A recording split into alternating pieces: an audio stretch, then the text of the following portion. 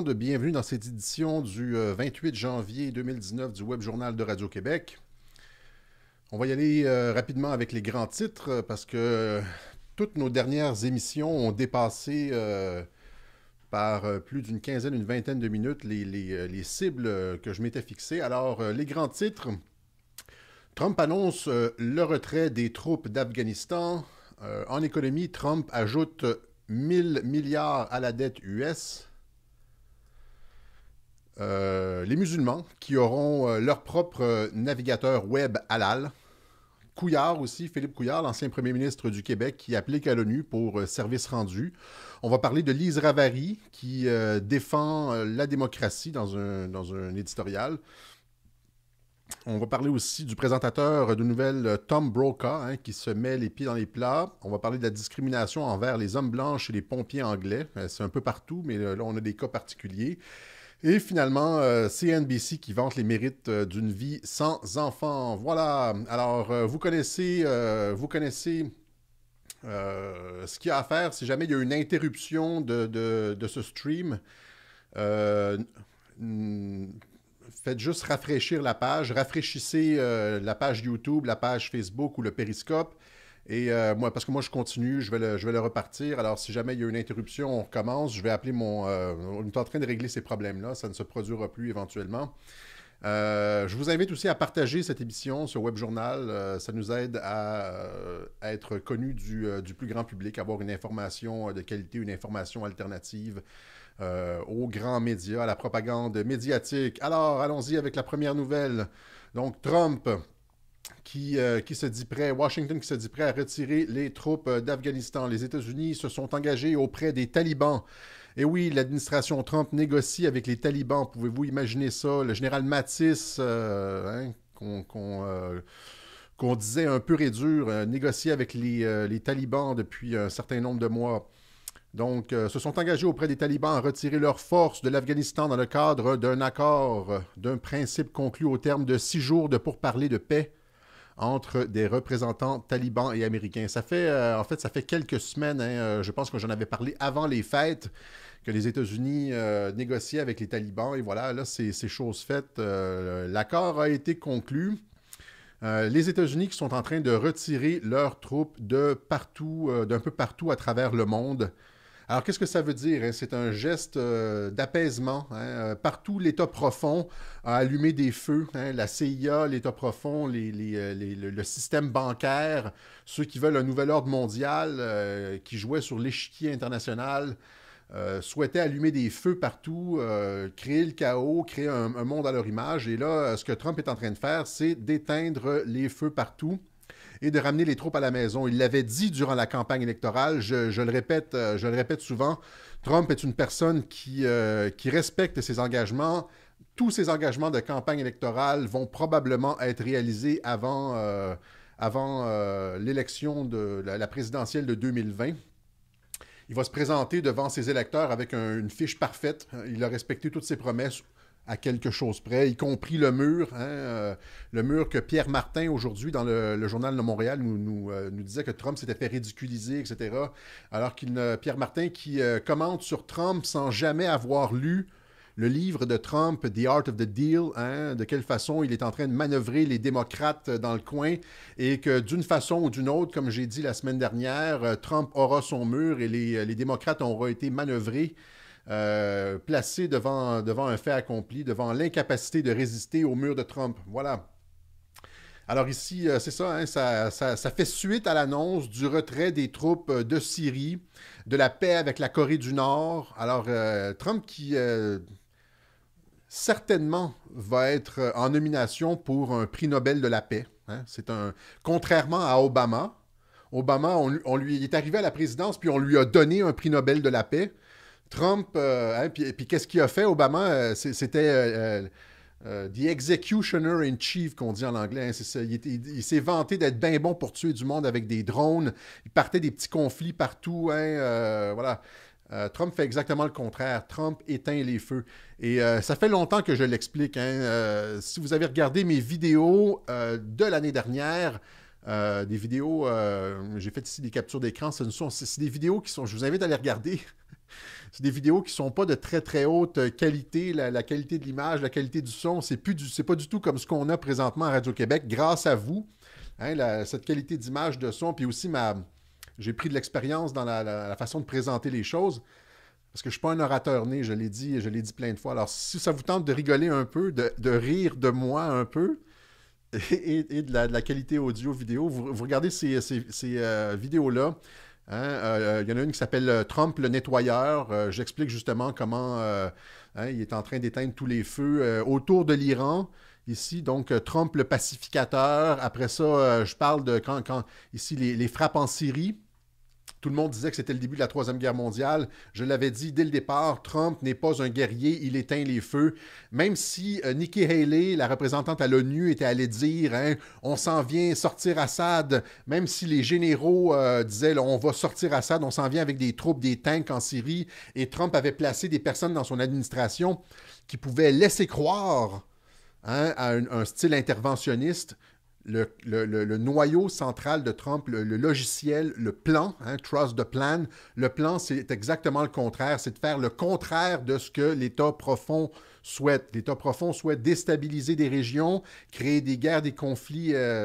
Trump fait exactement le contraire. Il sort ses troupes et il stabilise les régions. Même chose avec la Corée du Nord. Ici, une vidéo peut-être une meilleure qualité qui s'appelle le théâtre Trumpkin. Hein, où est-ce que c'est ça... Il y avait eu ce sommet avec Kim Jong-un et Trump, il y avait eu une chicane. Et là, je dis non, il n'y a pas de chicane. Il y a pas, on nous présentait Trump comme celui qui allait déclencher la Troisième Guerre mondiale. Et finalement, c'est Trump qui s'est joué des médias. C'est Trump qui s'est joué de l'État profond. Et là, je ne vois pas comment il va être possible, dans les mois qui suivent, de ne pas lui donner le prix Nobel de la paix. Vous comprenez? Ça va devenir impossible. S'il y a la paix avec la Corée du Nord, il va y avoir un autre sommet. Là. Ils ont négocié pour un autre sommet avec, avec Kim Jong-un. Si tout ça advient, la paix avec la Corée du Nord, le retrait des troupes partout, stabilisation, ça va être très difficile de ne pas lui donner le prix Nobel de la paix. Et là, Lise Ravary, qui va probablement exploser de rage suite à... Alors voilà, donc c'est ça, c'est une nouvelle... c'est le début de la paix. Plusieurs d'entre nous, hein, j'en connais Claude Deroy, les gens avec qui j'ai parlé disaient hein, qu'au début de l'année dernière, en 2000, avant Trump, là, on sentait que ça s'en allait dans le mur, tout le monde était déprimé. Moi, je commençais à faire des réserves de nourriture. On sentait avec Obama qu'il cherchait le conflit, qu'on s'en allait dans un monde en décomposition. Et je veux dire, avec Trump, il y a eu comme une lueur d'espoir. Ceux qui ont compris, hein, qui ont vu à travers le jeu des médias, qui essayaient de nous le présenter comme un destructeur, quelqu'un qui allait faire sauter la planète, qui allait faire s'effondrer l'économie, hein, un président catastrophe. Ceux qui ont bien vu le logiciel de Trump, hein, on a recommencé à prendre espoir. Et là, on est en train de voir les fruits de cet espoir. Hein. On est en train de récolter. Nos espoirs se voient confirmés par les gestes du président. Voilà. Alors, en tout cas, bravo pour ces retraits. Et semble que nos enfants vont finalement avoir un avenir après tout. Voilà. Suivant. Alors, ici, une nouvelle, hein, le comité budgétaire du Congrès, de Congressional Budget Office, révèle une explosion de la dette, une explosion apocalyptique de la dette, qu'ils disent ici là, sur Zero Hedge, avec plus d'1 milliard, 1 billion, hein, 1 billion de dollars supplémentaires en dette. Il y avait eu à peu près la même chose, un petit peu moins, je pense, l'année dernière. Donc, Trump qui ne semble pas... Obama, il faut dire... Avant de parler de Trump, il faut rappeler aux gens que Obama avait doublé la dette des États-Unis.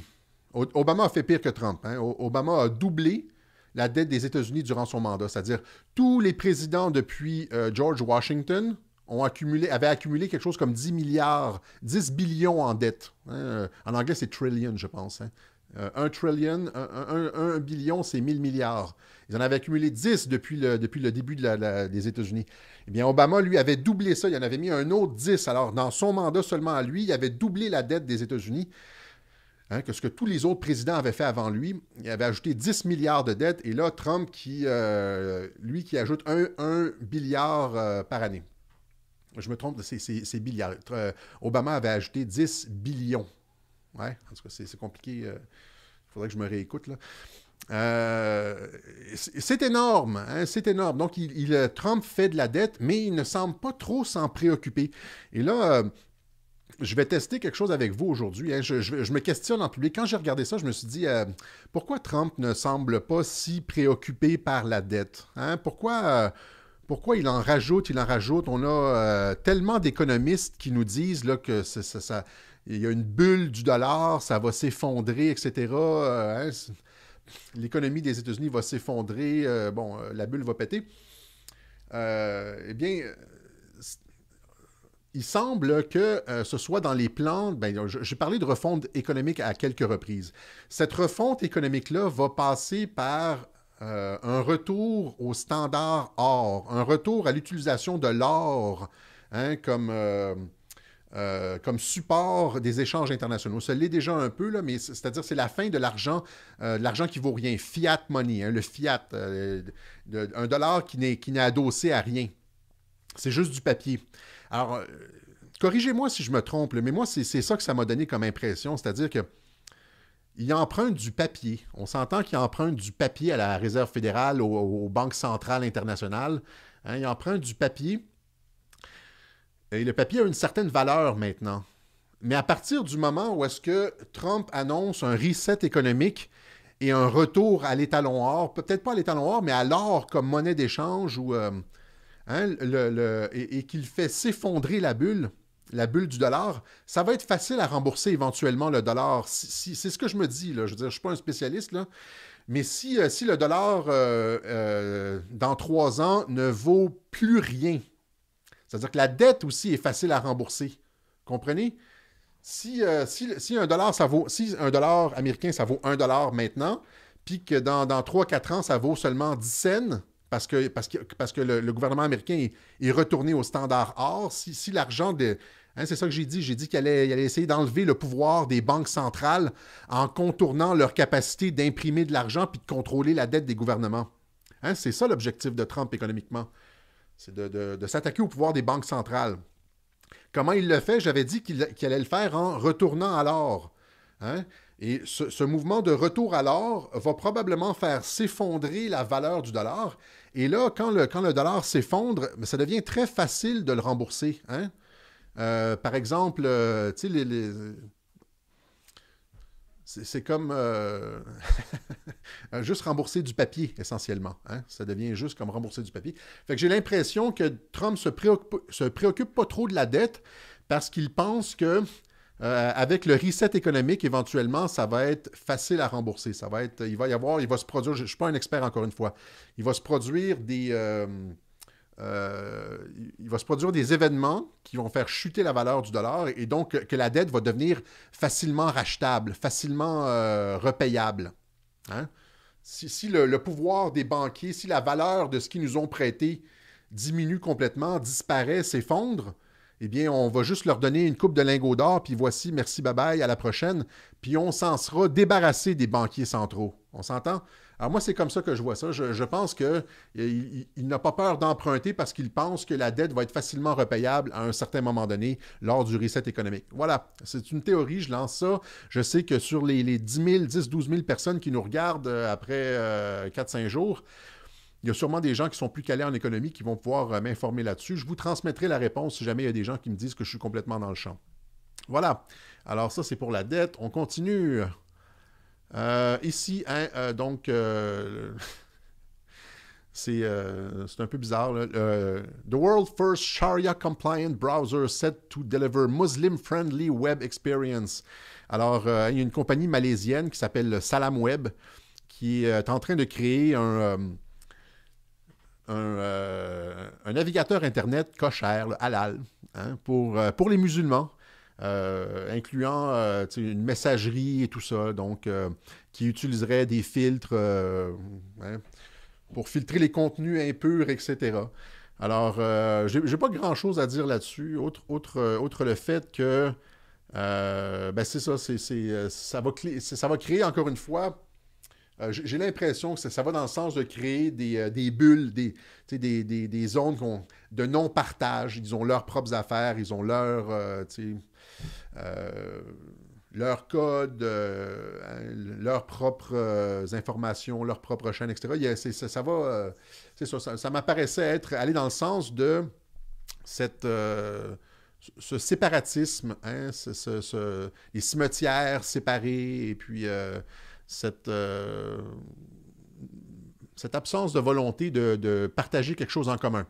Hein, là, ici, dans le cas de cette compagnie-là, c'est pour les pays islamiques, hein, comme l'Indonésie, etc. Bon, très bien, mais ça va être utilisé, c'est certain, ici en Occident, et éventuellement, ça vaudra peut-être même plus la peine de se parler.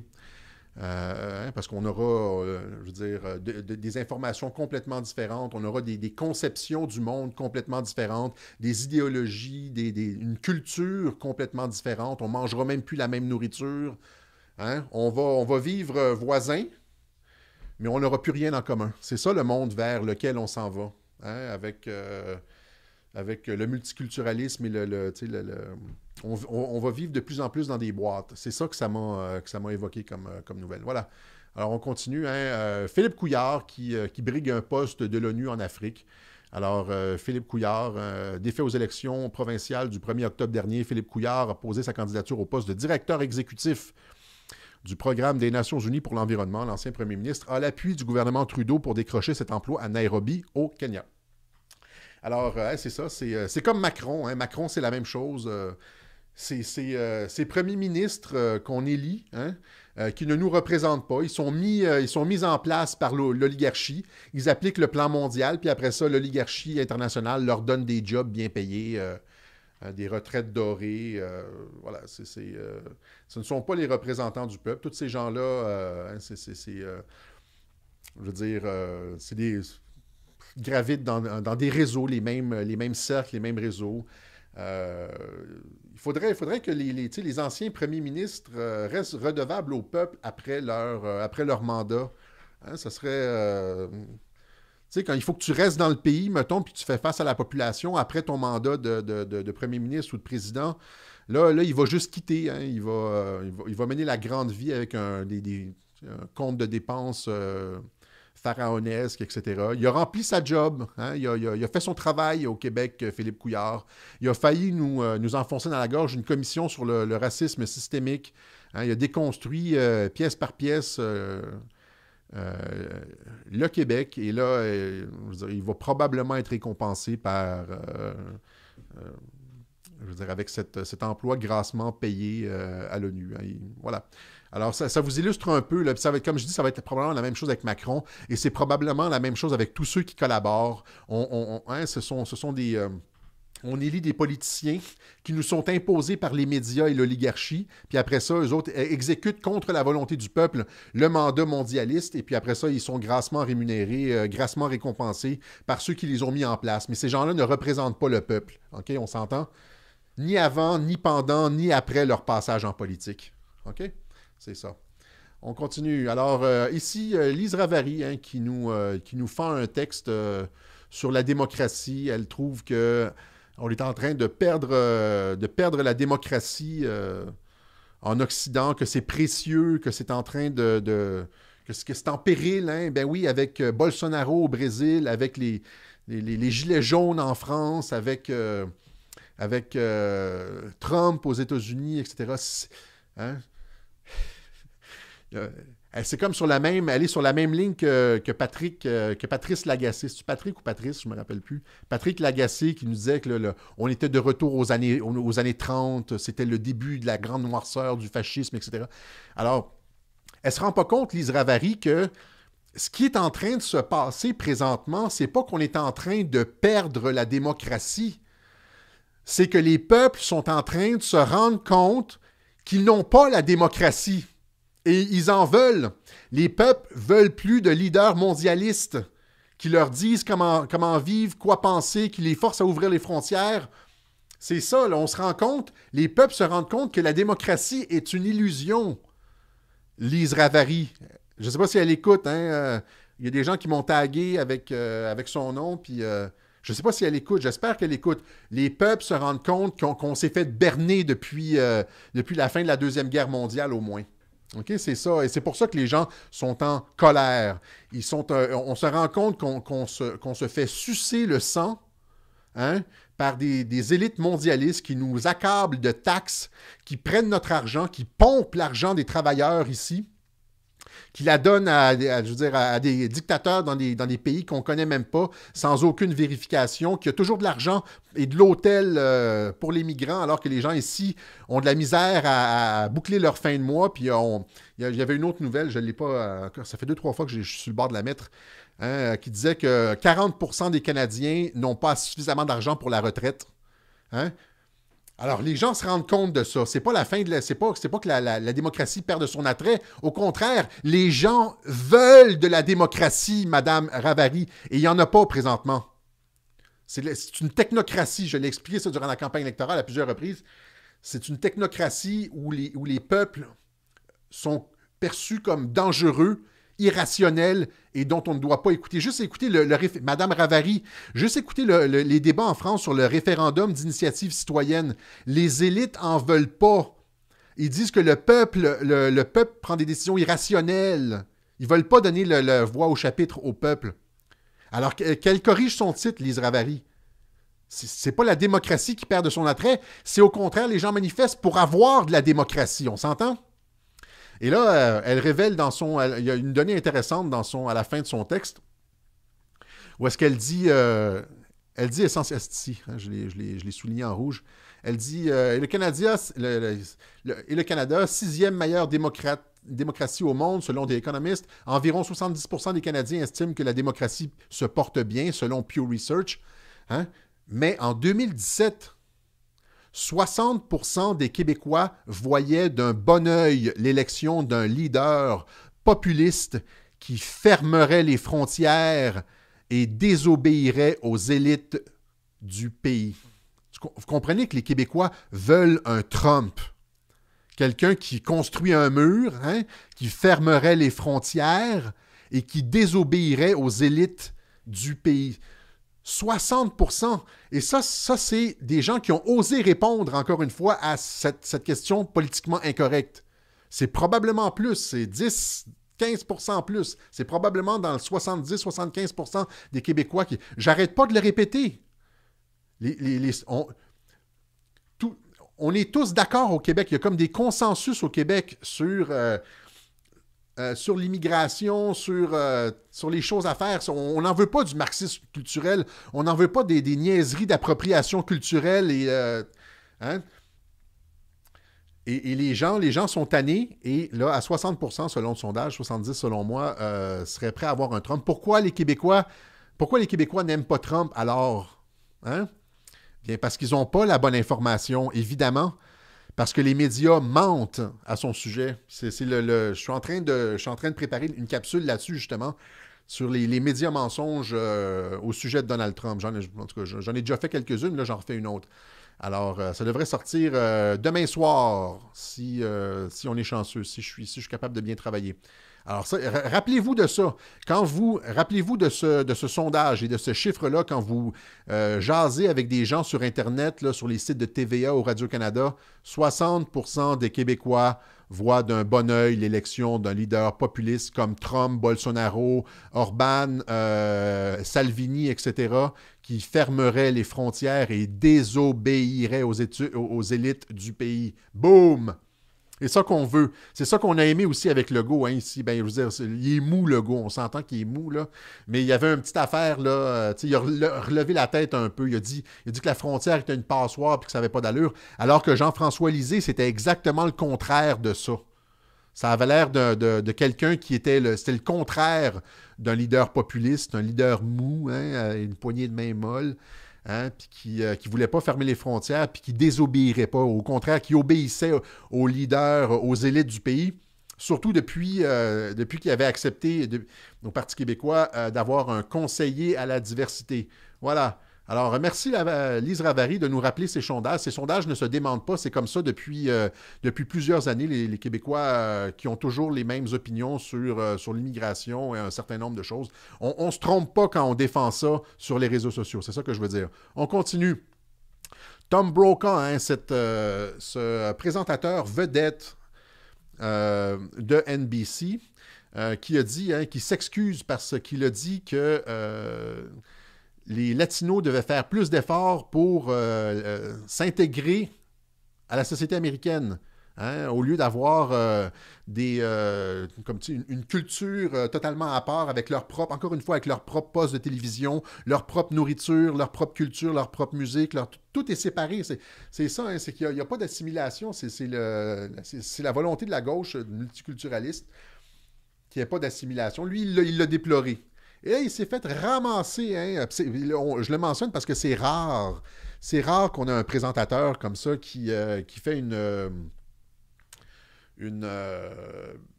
sortie comme ça, courageuse. Alors, il s'est fait ramasser. Et les commentaires que j'ai vus, j'ai retweeté ça sur Twitter. Les gens lui disent « Non, Tom Brokaw, le problème, c'est pas les Latinos, c'est le racisme blanc. C'est à cause de ça qu'il n'y a pas d'assimilation. C'est pas parce que les Latinos font pas d'efforts, c'est à cause du racisme blanc. C'est ça, c'est toujours ça la réponse, hein. » Voilà. Alors, en tout cas, félicitations à Tom Brokaw, même si c'est pas quelqu'un que je respecte beaucoup. Il a vomi sur Trump inutilement. Là, il s'est échappé. Hein? Il était comme hors script. Tu sais, des fois, c'est ça qui se passe, là. Hein? C'est que, tu sais, tous ces gens-là sont généralement contrôlés. Hein? Ils font des sorties, hein, comme, comment il s'appelle, George Clooney, tous les artistes qui sortent contre Trump. C'est des marionnettes. On leur dit, tu vas faire ça, puis ils le font. Même chose avec Tom Brokaw. Il était sorti contre Trump. Raciste, sexiste. Et puis, mais une fois de temps en temps, ils sortent du script, puis ils disent vraiment ce qu'ils pensent. Hop! Et là, c'est en direct à la caméra. Hein, puis les gens n'ont pas le temps de le bloquer avant de se rendre compte de l'impact de la déclaration. Puis, fait qu'on a des perles comme ça une fois de temps en temps. Alors, je ne sais pas si je dois le féliciter, mais en tout cas, un petit clin d'œil. Ici, on les suit hein, souvent, on les recense, ces discriminations renversées. Ils appellent ça de la discrimination positive, mais c'est tout. Il n'y a jamais quelque chose de positif dans la discrimination. Alors, un sonneur d'alerte hein, qui dit que les pompiers en Angleterre ont un système un système discriminatoire pour les hommes blancs, qui sont encore la majorité hein, des hommes en Angleterre, c'est-à-dire un système discriminatoire pour la majorité du pays, hein, notamment pour tous les tests verbales, mathématiques, mécaniques, etc. Le critère pour les hommes blancs, la note de passage est de 70, alors qu'elle est de 60 pour toutes les autres minorités. Alors, ça, c'est pas juste ça. Hein. Si vous allez à l'article de Breitbart ici, je vous invite à aller chercher, aller fouiller les articles que je sors. Hein. Ça, c'est ma sélection pour la journée. Mais allez-y, allez les lire. Hein. Des fois, je fais des petites erreurs, les gens me reprennent. Allez les lire directement. Je ne suis jamais capable de raconter toute l'histoire. On s'entend? Hein? Je passe vite sur une coupe d'articles, mais allez-y en profondeur. Vous avez toujours plus d'informations si vous allez directement. Fait que ce que vous faites, si vous allez sur le site, j'essaie souvent d'inclure le nom du magazine et vous allez lire, vous tapez le titre et vous allez tomber dessus. Donc, c'est ça, hein, puis ça s'ajoute à plein d'autres. Dans l'article, justement, on mentionne plein d'autres organismes en Angleterre qui disent les hommes blancs ne doivent pas appliquer. White man need not apply. Comme avec les Noirs, à l'époque de la ségrégation, là, dans les années 40-50, black man need not apply. Mais là, c'est le contraire, c'est les Blancs. Les Blancs partout, les hommes blancs surtout, sont devenus, hein, à chaque fois, on le mentionne dans presque tous les web journaux, il y a des nouvelles à gauche et à droite où est-ce que, hein, avec les annonces de Gillette, avec...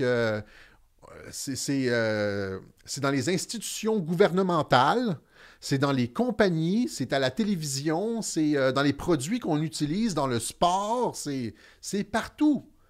Et on se demande comment ça se fait. Je veux dire, on dormait là, quand ces choses-là se sont mises en place. Hein, ça s'est mis en place graduellement. Et puis là, maintenant, c'est comme si l'ensemble de la superstructure de la culture occidentale est hommes blancs, donc, je veux dire, la majorité, c'est dans un mouvement suicidaire, de suicide civilisationnel. Hein? Imaginez, ben c'est ça, c'est comme Beethoven, c'est un salaud, Platon, au peloton d'exécution, misogyne et tout.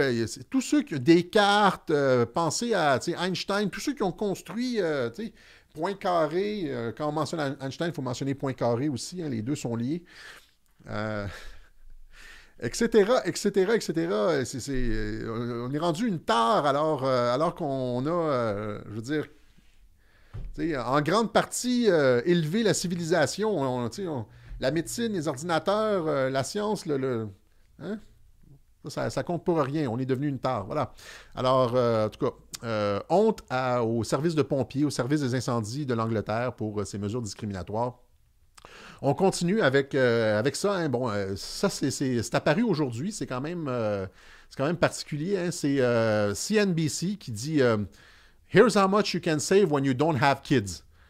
Hein? Je vous le mentionne à chaque fois. Vous ne me croyez pas quand je vous dis que c'est partout qu'ils essayent de faire en sorte qu'on ait le moins d'enfants possible. Hein? Il y avait le député écologiste il y a 2 semaines qui disait qu'il faut avoir le moins d'enfants possible pour faire de la place aux migrants. Vous comprenez? Et puis, c'est toujours, quand ils disent faire le moins d'enfants possible, là, ils mettent toujours la photo d'un couple blanc, hein, ou d'une femme blanche. Vous ne verrez jamais un titre comme ça, faites le moins d'enfants possible, avec, mettons, un couple noir, là, africain-américain, ou c'est des musulmans, quelque chose. C'est toujours les couples blancs. Et hein, here's how much you can save when you don't have kids. Voilà. Alors, et ils ont l'air contents, voilà. Mais c'est pas le seul, hein. Je vous ai dit, il y a aussi ne faites pas d'enfants à cause du climat, hein, pour sauver la planète. Là, ici, c'est pas pour sauver la planète, c'est un appel pour sauver l'argent. Vous allez sauver de l'argent si vous n'avez pas d'enfants. Hein, c'est une tare financière avoir des enfants. Et là, voyez, regardez l'image. Ça, c'est le tweet qui m'a mis la puce à l'oreille. CNBC, you can save $500,000 if you don't have kids. Puis là, tu vois les enfants qui pleurent. Après ça, venez me dire que les médias n'ont pas de biais idéologique. Choix de la photo, choix du titre, choix du thème. Quand c'est pas... fait qu'ils vont vous attraper d'une façon ou d'une autre, que ce soit avec l'environnement, avec le cash, ou ci ou ça, ou bien, pour faire de la place aux migrants. Ils veulent pas qu'on ait des enfants. OK? C'est comme un thème récurrent chez les mondialistes. Ils veulent pas que les Européens, surtout, aient des enfants. OK? Alors, tout à fait particulier. Et on va terminer ici avec la dernière nouvelle. Gay singer Bilal Hassani will represent France in Eurovision. Alors, bon, il n'y a aucun problème avec le fait qu'un gay, qu'un homosexuel représente la France à l'Eurovision, mais c'est toujours qu'il nous présente, surtout à l'Eurovision, et là je veux pointer du doigt l'Eurovision, il nous présente toujours des gens qui brisent les normes, qui brisent les codes, comme des héros, tu sais, comme le petit Lactatia, là, tu sais, il brise les normes, il brise les codes. Ce qui est fatigant, là, c'est que n'importe qui a étudié 30 secondes la civilisation, n'importe quelle civilisation, c'est qu'un pays, une civilisation, une culture, une société repose sur des normes puis des codes. Hein? Puis les médias n'arrêtent pas de nous vendre des briseurs de codes, des briseurs de normes. Ils essaient toujours de montrer le hors-norme comme la norme, ou de repousser la frontière de la norme. C'est extrêmement fatigant à la longue. C'est pas supposé être le travail des médias, mais vous comprenez que ça a été colonisé par de la gauche radicale dans les médias. Et là, ici, c'est un Arabe, hein, avec des cheveux blonds, qui s'habille comme en fille. Vous comprenez? Tous les codes sont brisés ici. Hein? C'est pas le fait qu'il soit gay. Il pourrait être hétéro, ça ne change rien. C'est le fait que c'est ça qu'on nous présente. Et on nous présente ça, on nous les présente comme des gagnants, des battants, des courageux. Et après ça, il y a ce phénomène d'imitation de la part de la jeunesse, hein? Comment je pourrais dire, c'est du renforcement, comme on dit en psychologie, là, du renforcement, je dirais pas positif dans ce cas-ci, mais c'est en nous présentant ça comme des stars, des vedettes, des gens qui réussissent, alors que c'est probablement une affaire de quota, hein, ou pour envoyer un message pour briser la stigmatisation, pour montrer que l'inclusion, blabla. Hein, parce que c'est surreprésenté dans ce genre d'événements-là. Ils sont surreprésentés. On nous les présente, on nous les met à la une de tous les magazines comme Caitlyn Jenner. Il n'y a aucune raison qu'elle soit à la une d'un magazine parce qu'elle a fait une transition, c'est ça. Il n'y a rien de plus banal. Merci, au revoir. Garde ça chez vous. Je vois pas pourquoi on célèbre ça avec des... je vois pas pourquoi c'est le party. Mais les médias entendent vraiment nous présenter ces gens-là comme des héros, les briseurs de codes, les briseurs de normes. Hein, masculinité, féminité, là, on n'en veut pas. On veut des briseurs de normes. On veut pas de famille non plus. Hein, parents, enfants, c'est ringard. On veut des briseurs de normes. On veut des familles atypiques. Et, je pourrais vous montrer d'autres articles avec des femmes qui laissent leur mari puis qui ont comme 2-3 amants. Puis le mari accepte, puis on met ça en vedette, là, tu sais, c'est comme... puis ils vont avoir un enfant avec leur amant, puis le mari est correct avec ça. Ça fait que c'est toujours comme dans la rupture des codes, hein, des normes, des standards, là, Bon, en tout cas, bravo s'il est talentueux, je ne l'ai pas écouté. Mais encore une fois, tu sais, surtout à Eurovision, on nous présente des briseurs de normes. La dernière fois qu'ils ont gagné quelque chose, c'était ça, hein, ou bien c'était il y a 2 ans, je ne me rappelle plus. Conchita Wurst, hein? Comme dans le cas de Bilal Hassani, c'est un arabe avec des cheveux blonds. C'est un garçon qui s'habille en fille. Hein? Tu sais, c'est comme tous les codes sont brisés, c'est les mélanges. Ça, c'est directement dans... C'est peut-être pas un transgenre, mais c'est dans l'idéologie du transgenrisme. On s'entend?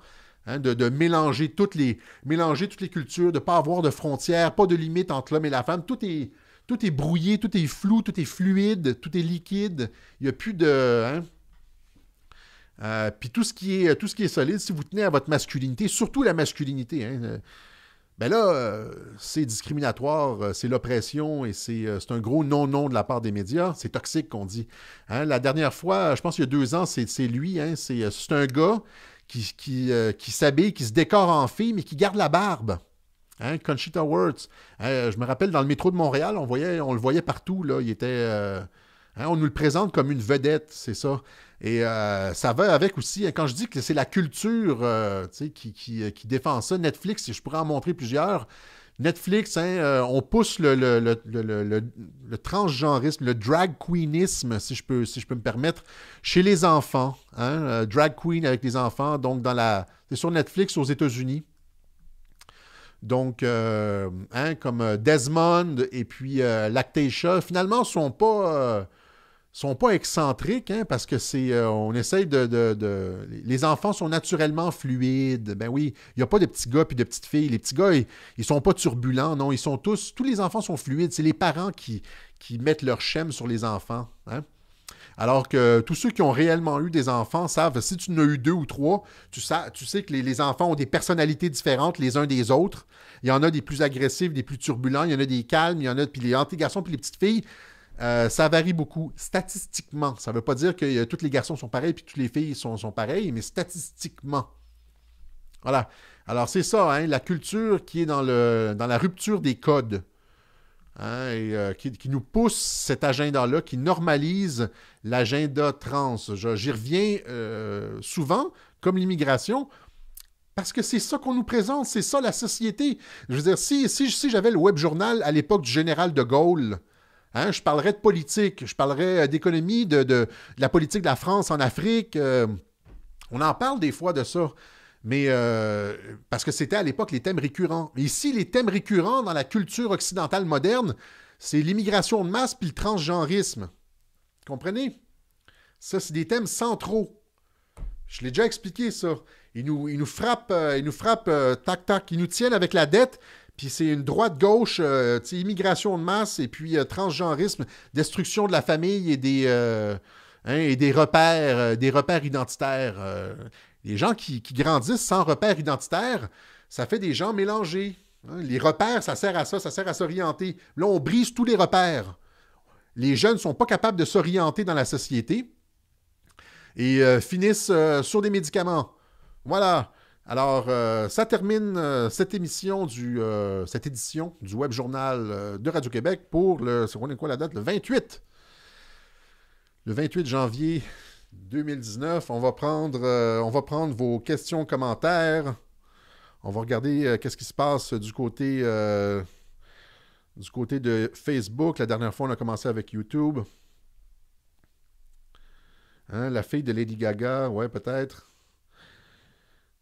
Ils veulent nous remplacer éventuellement, oui, c'est ça. Éventuellement, quand l'humain sera totalement inadéquat, quand il n'y aura plus d'être humain, là, quand on aura été liquéfié, littéralement, atomisé socialement et liquéfié psychologiquement, on ne sera plus utile à rien. Ils vont nous remplacer par des robots, par des machines. C'est ça aussi le plan du transhumanisme.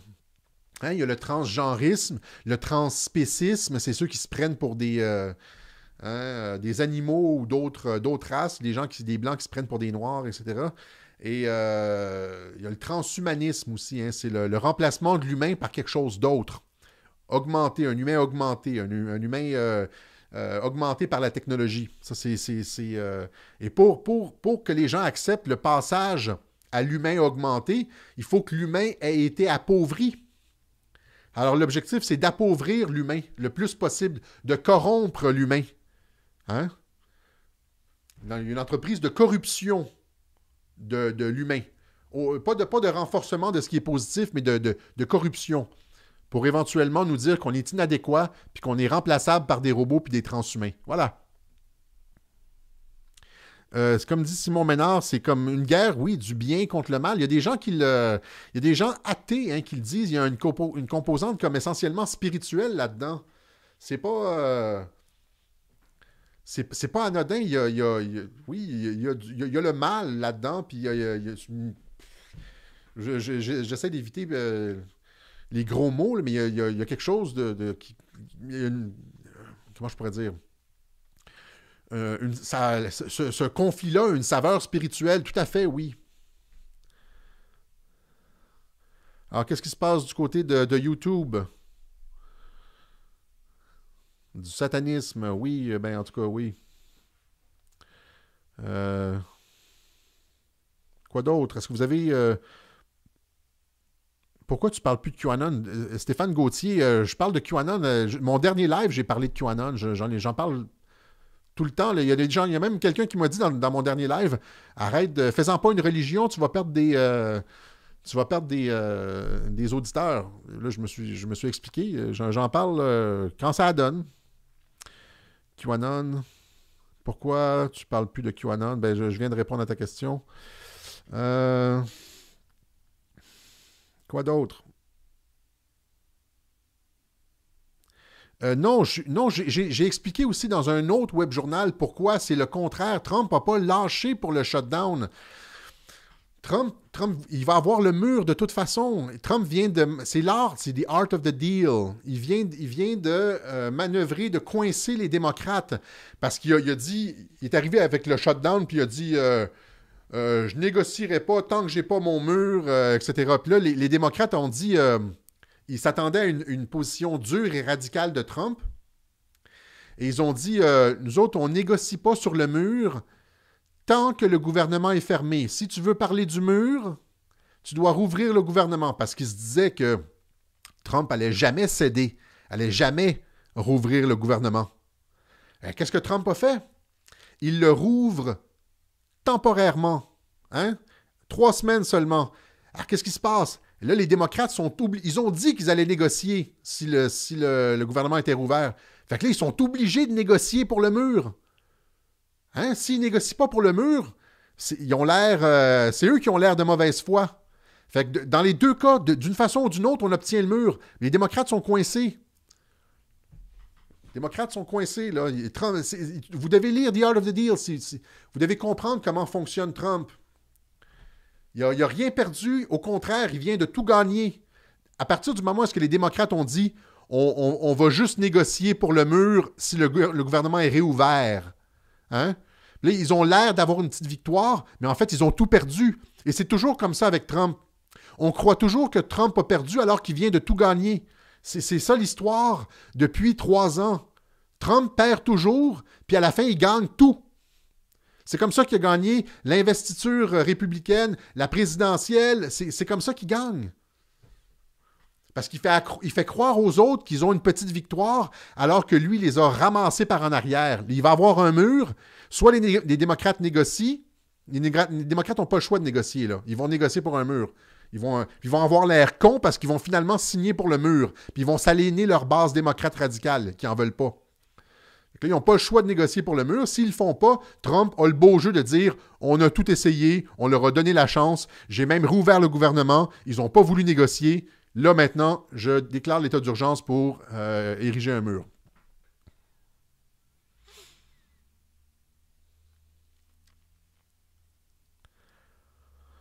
En France, on en a repris pour 3 ans de glyphosate. Oui, ça a été réaccepté, ça.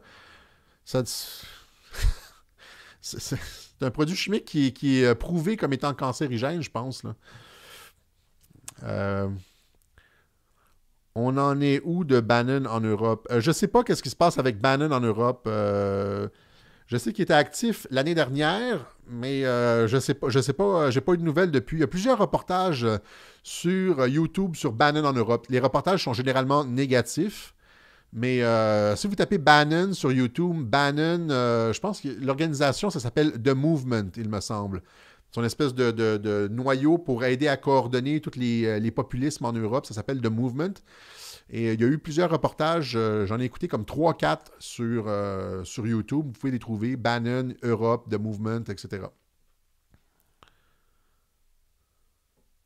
Enlève ta femme. Jean-Marc qui dit « Hey, enlève la femme à gosse en fond de la vidéo. Hey, let. OK. Good. » c'est bon. En anglais, donc fait du bon travail. OK, quoi d'autre? 47, on va prendre peut-être une ou deux autres questions, puis foulard rouge, un mouvement ou une tentative de division. Évidemment, un mouvement. Les foulards rouges, ça ne va pas prendre, hein, cette affaire-là. Il n'y a pas de... Vous avez écouté le discours des foulards rouges? C'est totalement antinational. Il faut que la France cède sa souveraineté à l'Europe. C'est le gouvernement européen qui va nous dire quoi faire, etc. Il n'y a personne en France qui veut ça. Là. Il n'y a personne en France qui a voté pour ça. Les Français n'ont jamais voté pour l'Europe. Ils se sont fait imposer l'Europe, je veux dire, par la porte en arrière, par Nicolas Sarkozy. Ils ont voté contre l'Europe. Là, ils voient qu'est-ce que ça donne l'Europe. Ça peut pas. Il n'y a aucun mouvement organique pour les gilets rouges. Là. Ça ne décollera pas. Malgré le fait que les médias vont sûrement monter ça en épingle. Les gilets rouges, c'est ceux qui s'opposent aux gilets jaunes, là, pour ceux qui ne le savaient pas. Ils ont essayé de créer un mouvement de contestation, mais c'est... Quoi d'autre? Quoi d'autre? Alors, peut-être une autre question sur YouTube. Trudeau complice du putsch au Venezuela. Oui, hein, c'est que on va terminer là-dessus. J'ai parlé du putsch la semaine dernière. C'est du putsch, c'est pas un putsch, là, c'est une partie de bras de fer parce qu'il y a deux présidents qui réclament le titre. Hein? Il y a deux prétendants au titre. Maduro est évidemment, selon la constitution vénézuélienne, est peut-être plus légitime, alors que l'autre, Guaido, lui, a une légitimité internationale. Encore une fois, ça fait longtemps que je l'ai dit, hein, l'État profond essaie de renverser Chavez et Maduro. Et là, Trump qui semble aller avec les plans de l'État profond. Hein? Et initialement, ça semblait une bonne idée, les gens dans la rue, les gens avaient faim, etc. Mais là, il semble y avoir en tout cas, il y a une possibilité de double jeu là-dedans, hein, de la part de Trump. Et Trump, c'est pour ça qu'il faut faire attention. Généralement, en ce qui concerne la politique internationale, je prends toujours un petit peu plus, quelques temps avant de commenter. C'est le désavantage des web journaux, c'est qu'il faut commenter à chaud. Moi, quand je faisais des capsules, je prenais le temps d'analyser. C'est que la politique étrangère de Trump, hein, les relations internationales sous Trump c'est toujours du billard à 3 bandes. Fait que même s'il a appuyé le nouveau président, ça ne veut pas dire que c'est ça son objectif réel. Pensez à ce qu'il a déclaré, les déclarations contre Kim Jong-un, après il a fait la paix, les déclarations contre Assad, etc. Tu sais, c'est toujours compliqué. C'est jamais ce que C'est jamais ce que ça a l'air au début, initialement, avec Trump en relations internationales. Alors, bémol, attendons certaines analyses. Et c'est la même chose avec Roger Stone. Hein. J'ai parlé de Roger Stone la semaine dernière. Il y a des gens qui m'ont envoyé des vidéos, François de Québec, hein, François Labrègue de Québec. Je disais, Roger Stone, il est compromis dans la secte Nexium, etc. Eh bien, il y a des gens, il y a des analyses que je lis, que j'écoute sur Internet, qui disent que ça se peut que Roger Stone essaie de applique la même stratégie que Mike Flynn. Ceux qui écoutent le Web Journal devraient tous avoir vu ma vidéo sur Mike Flynn, où est-ce que Mike Flynn a délibérément plaidé coupable pour insérer de l'information à l'enquête Mueller. Hein, ça lui a permis de révéler certaines choses qui, normalement, ne pourrait pas révéler à cause du secret d'État, les accords de confidentialité. Mais il y a des gens sur Internet qui disent que c'est la même chose avec Roger Stone. Hein, que Roger Stone sait des choses sur Wikileaks, etc., et que le fait d'être accusé par Mueller, ça va lui permettre de révéler un certain nombre de choses à l'enquête Mueller, des choses anti-Clinton, de faire part de certaines informations à l'enquête Mueller. Donc, de contribuer à l'enquête Mueller qui, je le répète encore une fois, n'est pas dirigée contre Trump. Ça a été dit à peu près 100 fois. C'est dans tous les documents, tout le monde le sait, le Congrès le sait, que l'enquête Mueller n'est pas dirigée contre Trump. James Comey l'a même dit à Donald Trump qu'il n'était pas visé par l'enquête sur la Russie. Mais il y a des gens qui font semblant que c'est une enquête contre Trump. Hein. En tout cas, Mueller qui collabore avec l'administration Trump, j'ai déjà dit que j'allais refaire une vidéo là-dessus pour clarifier certaines choses. Voilà. Alors, donc, Roger Stone, qui a peut-être aussi, lui aussi, un rôle flou là-dedans. Alors, encore une fois, on répond à chaud. Moi je suis sceptique, là, mais je vous fais part des analyses que j'ai entendues sur Internet. Voilà. Alors, ça conclut cette édition du Web Journal de Radio-Québec. Je vous remercie tout le monde. On n'a pas eu d'interruption aujourd'hui, je crois. Ça a bien été. Alors, je vous donne rendez-vous mercredi soir, hein, mercredi 20h. Vous n'avez pas besoin de vos notifications. Vous le savez que les lundis 20h et les mercredis 20h, à moins d'indications contraires, que le lundi 20h, le mercredi 20h, je suis en onde. Je suis comme Céline Galipo, je suis très ponctuel. Voilà, alors mercredi 20h et d'ici là, portez-vous bien. À plus tard.